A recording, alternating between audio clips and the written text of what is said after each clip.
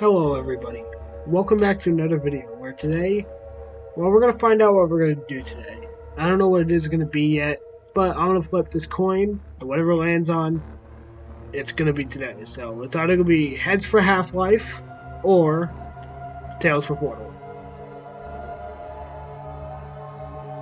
Alright, looks like we're doing Half-Life today. Alright, so let's just go straight to the video then. Alright, one more thing. Because this game has so much unused content, I will not include every section that is available on TCRF, and because of that, I will have a link in the description for Half-Life, the cutting room floor page, down below, so you can look at it, if you'd like to, after the video. Anyways, with all that out of the way, let's begin.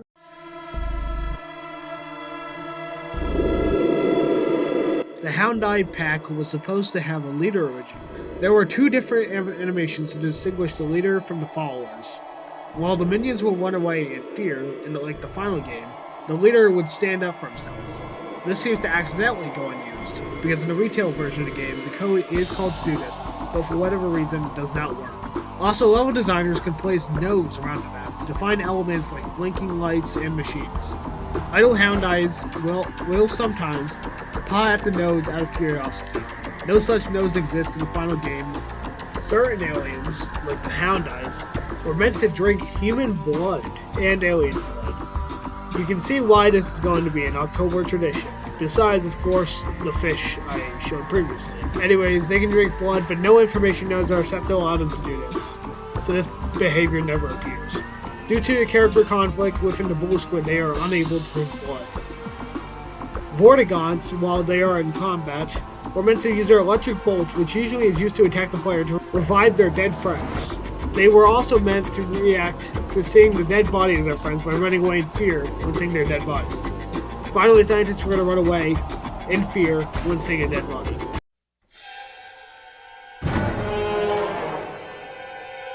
First off is Object 36. The military posted power-up contains two entities labeled as Object 36. Because no object like this appears in the final game, this will not appear and goes unused. The largest block on the cage walk away, and part of apprehension, acts as a HEV suit recharger. This may have been left over from an earlier stage in development, and questionable ethics. The top floor contains a non-existing enemy, ammo_9mm AR clip, which does not exist unlike its two counterparts, ammo 9mm AR and ammo 9mm clip, or for the SMG and the pistol respectively. Since it does not exist, you will not find it. It may have been an early version of both the bullets that I previously mentioned. Next are some Lambda Core suits. They are meant to spawn 3 HEV suits in their appropriate containers. However, they are placed too close to the wall, which makes them fall into the bottom of the map. In the source version, this was fixed by making them smaller. Inside of Xen's main island, there is a deactivated headcrab spawner. Well, it's not actually disabled, but it might as well be, because it takes 20,000 seconds for a headcrab to respawn, or about 5 hours and 33 minutes. If the multiplayer level Crossfire is loaded as a single player level, or has monster entities enabled, then there will be 3 security guards within the level. Because this usually is played in multiplayer, these guards go unused. It is unknown why they're here in the first place, though. Next is a hidden blue room. By clipping out of bounds on the map, there is a secret blue room that you can find. If you disable explosions, you can see a door that cannot be opened that leads to this room. The room contains some items like medkits and HEV rechargers. Dario Casali talked about the blue room in an interview. Here's what he said. Alright, so, the transcript is from Pratt. Okay, once and for all, the blue room in Crossfire. Why is it there? And is there really any way into it? And Dario says, I could fill an encyclopedia with the number of emails I was sent about this blue room. There's actually no way in there. It existed right up until the last minute before the map was released, and so when the decision to remove it was made, only a very minor change to the level was permitted. The solution was to disable access to the room rather than deleting the room. No one I told this believed it, by the way. And that's what he said. There's a co-op remnant within the multiplayer map Sub-Transit. Many of the assets from the original Sub-Transit are still in the final version. The map fully is noted for AI 3 co-op Specific checkpoints are located throughout the map and is unused. The map is already planned to trip miners, and picking up an RPG will start a semi-broken scripted sequence named RPG Grunts, where 4 grunts would appear in the courtyard. Data core is partially noted for AI navigation, as it was originally a level in the main game. And finally, data core contains a single antidote that is too close to the floor, so it goes right through it. If it's repositioned, then it's fine and it will work.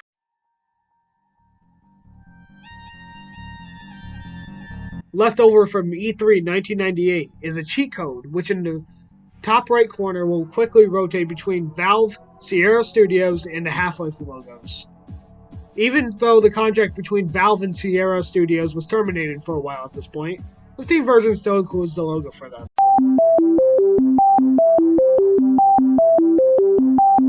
The most apparent change in the German version of Half-Life is probably the human grunt.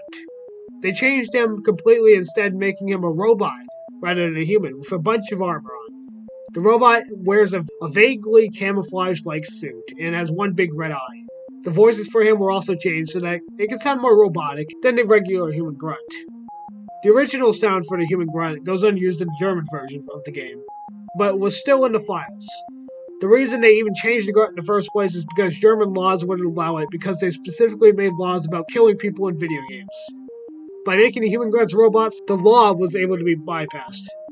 It was later used, though, in all versions of the game in the form of player model. The scientists and security guards are still humans, but if they were to take enough damage to die but not explode, then they will simply sit down and nod back and forth. They still have collision, so you can still blow them up. The death animation was changed most likely due to the same law about killing people in video games. Next are voice lines that do go used in the English version, but not the German version. In the default installation of the German version, the game is automatically set to low violence mode, which makes blood and gibbs not appear. However, by changing the variables violence A gibbs, violence A blood, violence H blood, and violence H gibbs set to 1, then a unique version of blood and gibbs can be seen. Humans will now bleed out a strange dark yellowish liquid when hurt, which is not the same blood from the alien NPCs. If a security guard, scientist, or a robot grunt dies, then they will explode in a bunch of mechanical parts. Why do the security guards do this, you may be asking? Well, they're probably robots in disguise.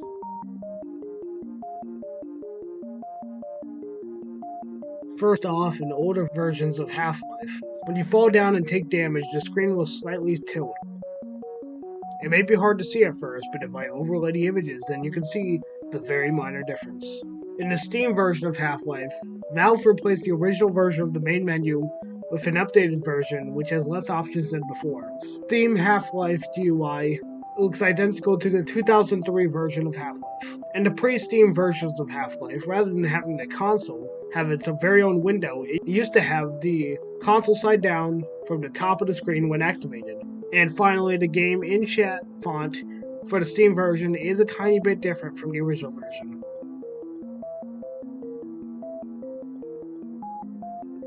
The alien grunt sprite, which is used to simulate a horde of alien grunts in the bad ending of the game, appears to be more based on the original 1997 version of it, rather than the final version. Additionally, the final game only uses one frame of the full sprite animation. In the PS2 version of Half-Life, though, the full sprite animation is used.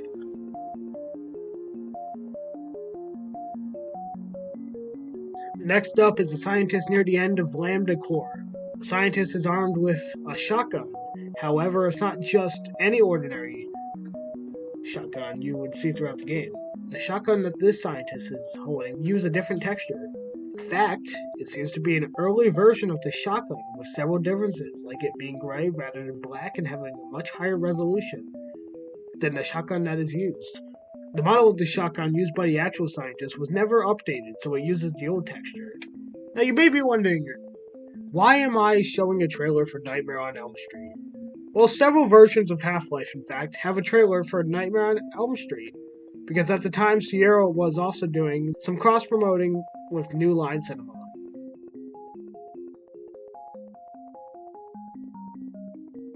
Alright, at this point, I assume you have seen the absurdly long chapters for the next few sections. This is because there's so much unused content that each one of these next 5 chapters could easily be its own video. And if I had monetization, I'd have a few mid-roll ads in between. Alright, so first off is a sign for an emergency auto lock. This is a leftover from a previous version, which might be its own video later on. The sign itself has a lit and unlit version. Next up is leftover from the 1997 prototype of Half-Life, which had a vent puzzle. More specifically, this was used in the chapter The Security Complex, and also had labels for the switch keys, which is required to solve the puzzle. Half-Life.wad contains a lot of leftovers for an area known as the Alien Research Lab. While some of the textures were reused elsewhere, these ones aren't. I'm not downloading each individual file, so here's a screenshot of all the textures that are unused. Graphics from previous versions of Forget About Freeman, where the player would have had to weaken Black Mesa's security status by sending an all clear sign to an off-site location. Really interesting stuff, which I wish was in the final game, but was sadly not. Some of these graphics were used in the uplink demo of Half-Life. Carpet textures, which were used quite a bit in the 1997 demo, never go used in the final version of Half-Life. The carpet textures also has an Department of Defense logo on them. These are also not used. There is also, weirdly enough, a Department of Defense logo on the black and white textured floor. An unused sign of days since last injury was used in various levels of the 1997 prototype and had a bloodstain on them, ironically enough. The empty box would have likely held a number. Next are medkit textures, which was likely replaced by the final charge. There are multiple different covers for the medkits, which likely means it was going to change graphics in certain areas. In the prototype, this texture was the only way to heal. Alright, so next we got some unused alternate versions from the final in-game textures. The control room sign in the final game has a screen rather than just being metal. The lab number sign uses basically the same difference from the control room sign. And unused textures for the tank that is found in the surface tension can be found. The unused textures used a more camouflage style, while the final uses a desert camouflage. There is also an unidentifiable logo on the vehicle side, which is never used. The game contains certain textures for areas that need security levels 5 through 8, but in-game, only 3 and 4 are used. A black and white version of the target from Hazardous Course can be found. It is known as, well, the one used is Out Target 2. The texture was literally used in Half-Life Imposing Force.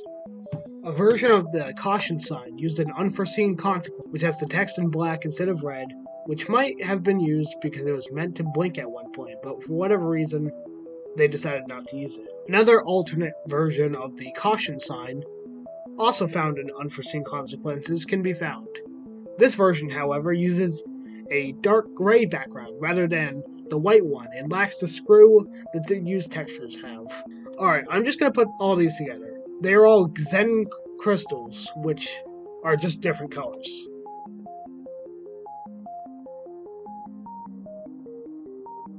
These unused signs related to the Hazardous Course can be found in the game's files. One metal valve blade. The ones on the signs in order are, and keep in mind I'm definitely going to script these names, Yahtzee Mark, Steve Theodore, Jan Bernier, Luis Donaldson, John Cook, Lisa Minette, Randy Lundin, Robin Walker, Ian Colley, and Cade Myers. That is definitely better than what I tried to do with Rovio back in January. God, that was horrible. Here's a clip. Andrus Kazig, Dominic Haisner, Siggy Chimera. A texture for the book made by Mark Laidlaw, who was the main writer for the Half-Life series. This was probably meant to appear in Gordon's locker along with the 2 other books inside. In Office Complex, there is a sign for Sector D Admin 3, which never appears in the final game. Only Admin 1 and 2 go used. This was a character who was occasionally mentioned on the announcement system that was meant to appear in Office Complex. This name was a reference to Valve's co-founder, Mike Harrington. A 50s-style wall seen in Office Complex has blood already drawn on it. In the final game, you have to damage somebody for this to happen. An unused map texture, which was likely going to be used, and we've got hostiles. Among the textures in Blast Pit is an unused button that says safety hood, which is probably going to be used in a part with the giant tentacle monster. 2 removed signs which are named C2A1 in there, names which is the same as the internal name for the levels used in Power Up. These signs mention Section D, which is where the office complex was set. This implies that maybe the developers were planning Power Up and Office Complex to be related somehow. These signs that were going to appear in On the Rail mentions the administrative sections the player travels through in Office Complex, including the cut level 3. It seems like before the devs might have been planning Office Complex and On the Rail to be connected somehow. The second sign mentions Sector E, surface transport, which seems to never be visited, but it was reused in Opposing Force.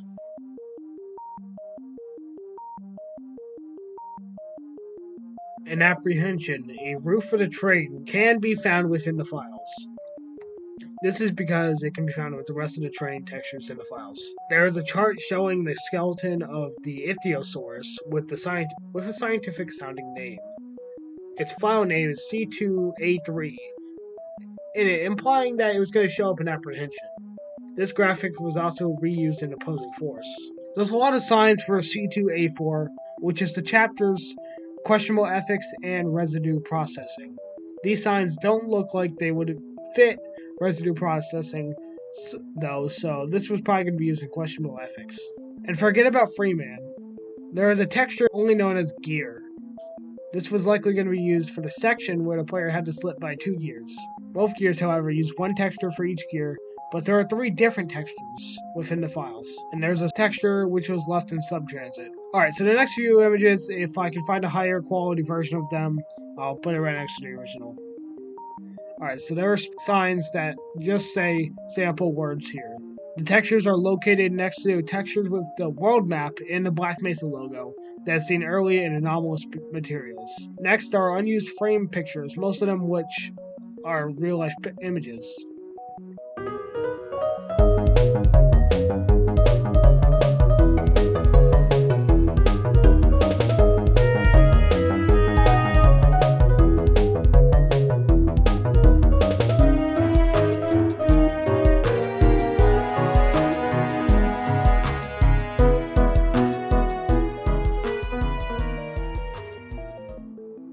The game also contains cut pin-up images of the TV show Xena, Warrior Princess. Next are posters, which may all go unused, but they're all based off of real photographs.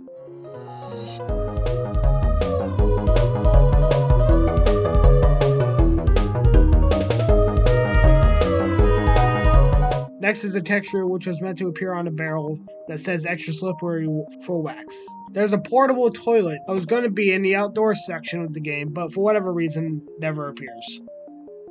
Next are textures for a tent that would have probably never gone outdoors. Probably been outdoors, but does not appear. 2 knob textures that were probably going to be on one of the computers or a few of them. They were, however, reused in the expansion pack. There is a sign that says access denied, whose lights was probably going to flicker. This is because of access only being lit up. No words lit up or access denied fully lit up. There's a sign for the satellite operations room that never appears in the final game. It is used in Half-Life Decay, however. Alright, so I'm going to put all these skyboxes together, but these were meant to be used on Xen. There is only 3 skyboxes though for Xen that goes unused, which is 2, 3, and 4. Next is Nebula 1 and Nebula 2B, which are pictures of presumably a nebula. Also, Nebula 2 doesn't exist, so I'm not sure why it's called Nebula 2B. Next is the city, which is a real low-resolution image of a city.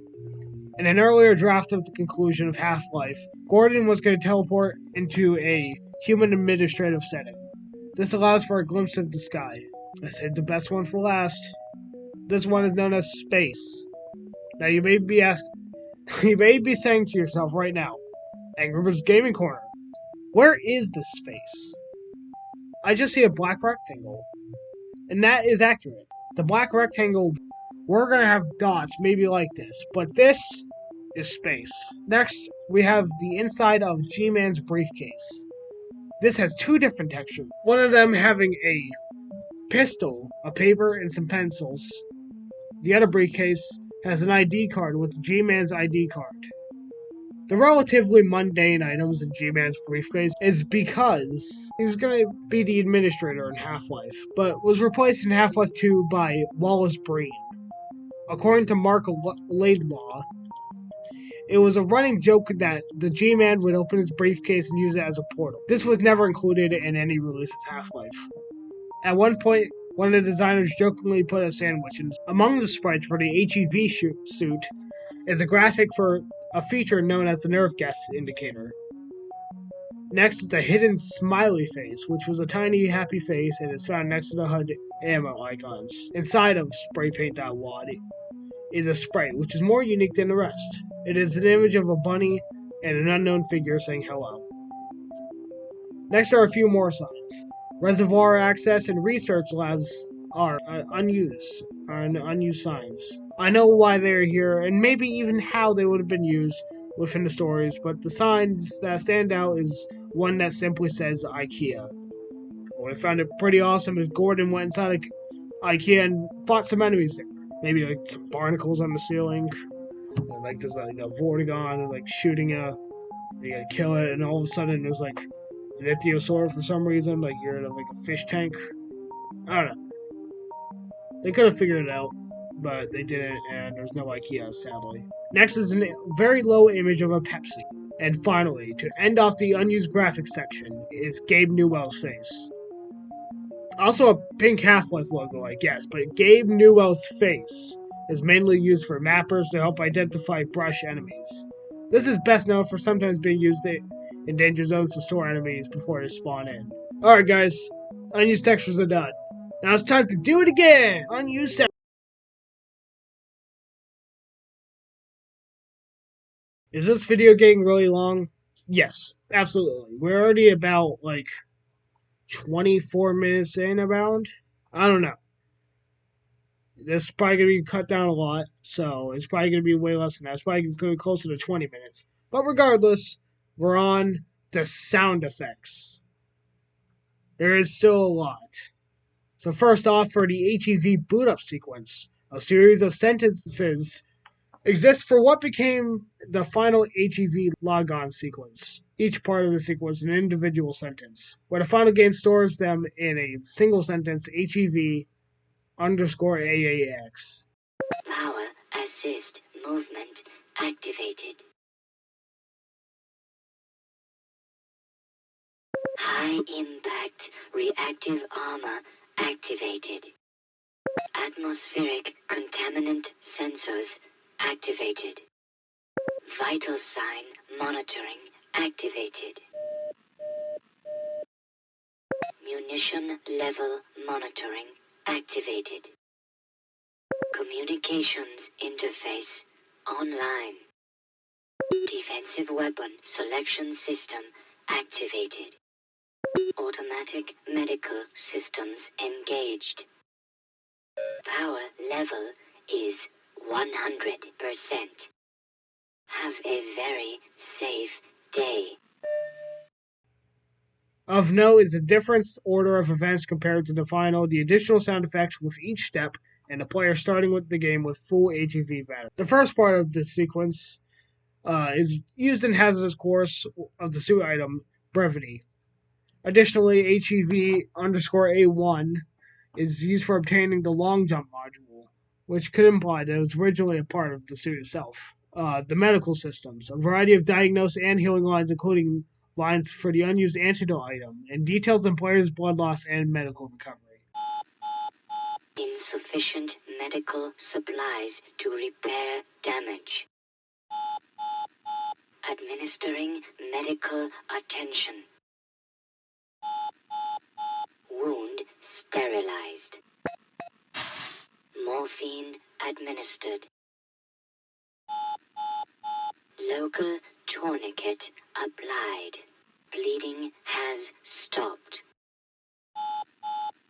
Bleeding has stopped. Blood plasma administered. Antitoxin administered. Antidote administered. Wound sterilized. Medical damage repaired. Adrenaline administered. Pain suppressant administered. Unused getting hurt lines, including specific electrical and heat damage outlines. Warning. Vital signs dropping. Vital signs are dropping. Evacuate area. Warning. Vital signs critical. Evacuate area. Emergency. User death imminent. Evacuate area immediately. Warning. Electrical damage detected. Warning. Extreme heat damage detected. Munitions and weapon monitoring. A series of unused HEV lines to be used for every new weapon acquired, along with along with all ammunition pickups. Of note is that the Magnum is referred to as a 44 caliber in contrast to the final game's 357. Also, the ammo used by the gluon gun is referred to as an energy recharge unit, while in the final game is replenished with uranium slugs meant for the Tau cannon / Gauss cannon, which it shares the ammo pool with, which doesn't have a corresponding pickup sentence. Automatic target acquisition system activated. Automatic target acquisition system deactivated. HEV power unit acquired. Automatic medical kit. 9mm semi-automatic handgun acquired. Combat shotgun acquired. Fragmentation grenade acquired. 9mm fully automatic weapon with grenade launcher acquired. 44 caliber handgun acquired. Laser guided rocket launcher acquired. Remote activated demolition unit acquired. Laser activated anti-personnel mine acquired. Unidentified bioweapon. Unidentified bioweapon. Experimental energy weapon acquired. Experimental hypervelocity projectile weapon acquired. High velocity stealth crossbow acquired. 9mm ammunition acquired. 44 caliber ammunition acquired. Combat shotgun ammunition acquired. Neurotoxin treated crossbow ammunition acquired. Laser guided rocket acquired. Self-propelled grenade acquired. Energy recharge unit acquired. Ammunition acquired. Weapon acquired. General failure lines for the HEV suit taking damage, including lines for losing and gaining power, and for overusing the launch module. A behavior left unimplemented, thank God, because that would make speedrunning suck. Power restored. Insufficient power. HEV shutting down. Warning. HEV power level below 5%. Armor compromised. Armor compromised. HEV critical failure. Failure. HEV general failure. HEV damage sustained. Warning. Power movement system overload. 2 sentences address voice system of unknown purpose. Voice system activated. Voice system deactivated. Unused lines connected to unimplemented biohazard types, as well as some commented outlines connected to a range suit function. Warning. Biohazard detected. Possible bio reading. Antitoxin 100%. Warning. Hazardous radiation 100%. Range 20 meters. Range 19 meters.